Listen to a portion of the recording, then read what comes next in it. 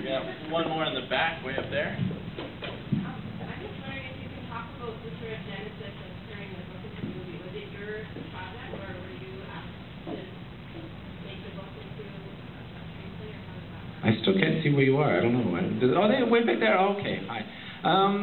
Yeah, well, I read the book. I mean, lots of other people read the book. I wasn't the first to read it.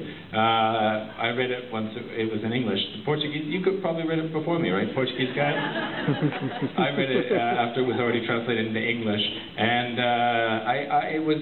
my film last night played here at the Calgary Festival many, many years ago. Was sort of about the end of the world. So it excited me because it was similar themes, but in sort of the dark side. I talked to Niv right away, and it turned out lots of people had been trying to get the rights, and after us, many, many, many more people were trying to get the rights, and we're talking, you know, big names, Whoopi Goldberg, and Bette Midler, all the sort of strangely older comedians, for some reason, tried. I don't know, maybe, I don't know, a turn thought that they would be able to turn it around with this film, I don't know. Maybe Queen Latifah also tried, I don't know. No, there's nothing wrong with that, you know, that's honorable. Anyway, they have good taste, obviously, they have good taste, well, you know. But also, Fernando had tried to get it, Fernando Morales had also tried before us, and oddly enough, Gael Garcia Bernal, who plays the King of War 3, he had tried to get it after, so a lot of people tried to get it, and a lot of studios tried to get it. I think, right away, thanks to Niv's persistence, a gentle Canadian persistence, even though we've been refused, Saramago, the author, refused everyone the rights for adaptation. He was suspicious of the film industry, for good reason, I would say, and he was afraid that it would turn into something else. It turns out that it's not that he didn't think it would make a good movie. He was worried that it just would never be made the way he wanted to be made, because he didn't trust the film industry. And we tried to persuade him. I think one of the main persuasive things was that we would maintain independence, we would maintain control of the film at all costs. And at one point during our talk, he said, if I give you the rights, it'll be partly because you're Canadian, because he valued that at the time. I don't know what he thinks of the current Canadian government, but at the time it was looking good. So that, you know, every now and then it's an advantage. I think it's important for people to know that. But it was also a responsibility, you know, it was a huge responsibility for all of us when we did get the rights.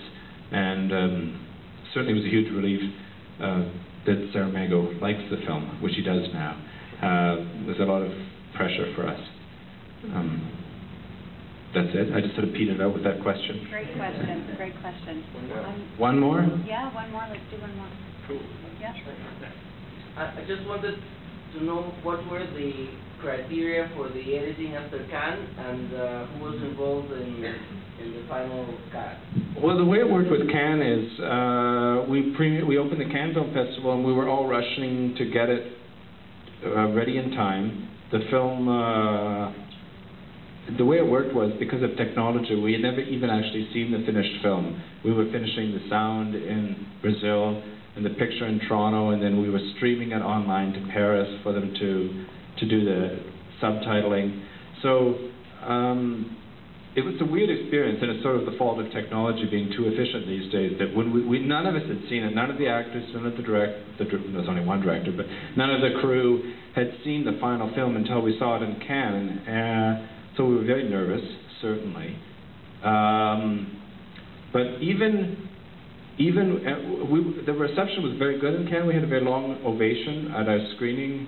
But even when we were taking our bows, it was very funny, because Fernando was going up to people and saying, we have to do something about the timing of the film, it's too dark, or we have to change the sound, and you know, sort of opened up this can of worms. So after Cannes, we all sat down and thought of things that we wanted to change.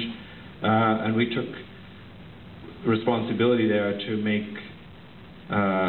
actually the film that we wanted to make. This film is much closer to what we wanted to do than the release in Cannes. It's actually sort of closer to the script and closer to our initial conception. So we're more pleased with this version. There was no external pressure. this is sort of our film. You know what I mean? It's not there was no one forced us to do any more changes. We could have stopped at any point. Do you want to add something there, Niv? Well, you know, I don't know if you noticed at the beginning it said the production companies, Rhombus Media, O2 Films, and B-Vine, which is a Japanese company, very independent production. And I think that was Fernando's idea to put it there, and it kind of is in a way in the face of the many companies that kind of we had on board, which are all fantastic companies like Miramax and Focus and all the various distributors everywhere. But the decisions to do things like what we did were totally ours. So we got together. It was literally, when you ask who it was Don and Fernando and me. And in Cannes, we still got together and said, now that we have an opportunity to make some changes, you know, we read all the reviews, we read all the stuff, there are things we wanted to do, we put it all together into one pot, and we made a couple of changes, and we were really happy with them. I didn't read all the reviews. You read more reviews than me. No. We actually had, you know, we also asked our, you know, we had kind of a summary of everything that was being said, and it was, but it was mostly things that we wanted to do. I wouldn't even say that affected it at all, to me, anyway. Yeah, it did. It affected me, because I'm the one responsible for also getting the film out to the audience, so there you go. Anyway, that's it.